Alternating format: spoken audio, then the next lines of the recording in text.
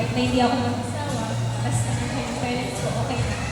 Pero nung nagsabi siya sa akin, tapos aliyaya niya magpakasal, sabi ko sobrang